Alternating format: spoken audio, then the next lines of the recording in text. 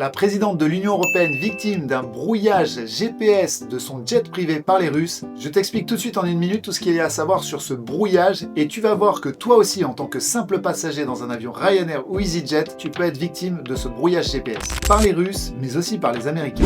Bienvenue sur ma chaîne, je m'appelle Camille, ça fait 15 ans que je suis pilote d'avion, des brouillages j'en ai vu et j'en ai connu. Si tu aimes l'aéronautique et que tu souhaites un jour devenir pilote, alors n'hésite pas à t'abonner à la chaîne. Donc il s'est passé quoi avec la présidente de l'Union européenne? Dimanche dernier, 31 août, elle était en approche à l'aéroport de Plovdiv, pardon pour la prononciation, en Bulgarie, à bord d'un Falcon 900 LX, un avion que j'ai eu la chance de piloter pendant 2 ans. D'après plusieurs médias, l'avion aurait fait plusieurs tours avant de pouvoir se poser sur l'aéroport. Alors oui, l'avion a sûrement subi une perte de GPS, un brouillage de GPS. On voit sur cette carte d'ailleurs qui recense tous les endroits où les brouillages de GPS ont eu lieu. La zone dans laquelle volait l'avion était très proche de ces zones de brouillage. Mais il faut savoir que c'est le cas pour les avions de ligne tous les jours. Hier, j'ai volé, je suis allé dans un des pays de l'Est et j'ai perdu les 2 GPS car nous avons subi également un brouillage. Et ce vol, on l'a effectué pas très loin de la frontière de nos amis russes. D'ailleurs, dites-moi dans les commentaires si vous pensez que c'est dangereux. Car il faut savoir qu'il existe 2 types de brouillage GPS. Le premier, on va l'appeler le jamming. On va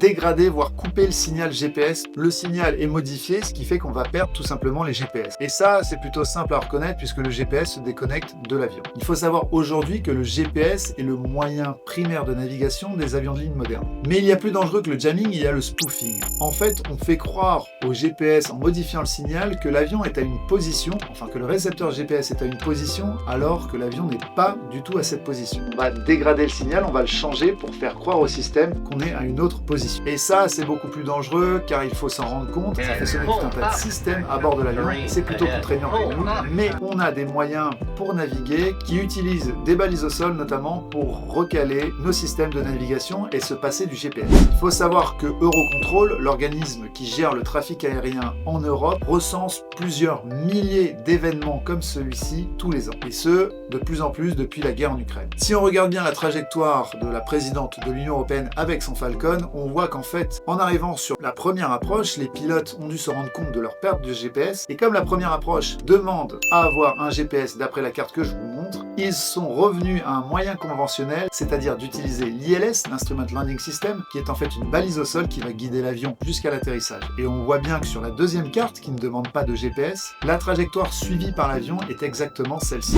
Donc cette histoire est un non-événement. Madame la Présidente s'est rendue compte qu'en fait, comme tous les Européens, on pouvait être victime d'un brouillage GPS, que l'on soit à bord d'un jet privé ou à bord d'un avion de ligne conventionnel. Si la vidéo t'a plu, n'hésite pas à commenter, liker, partager et surtout à t'abonner.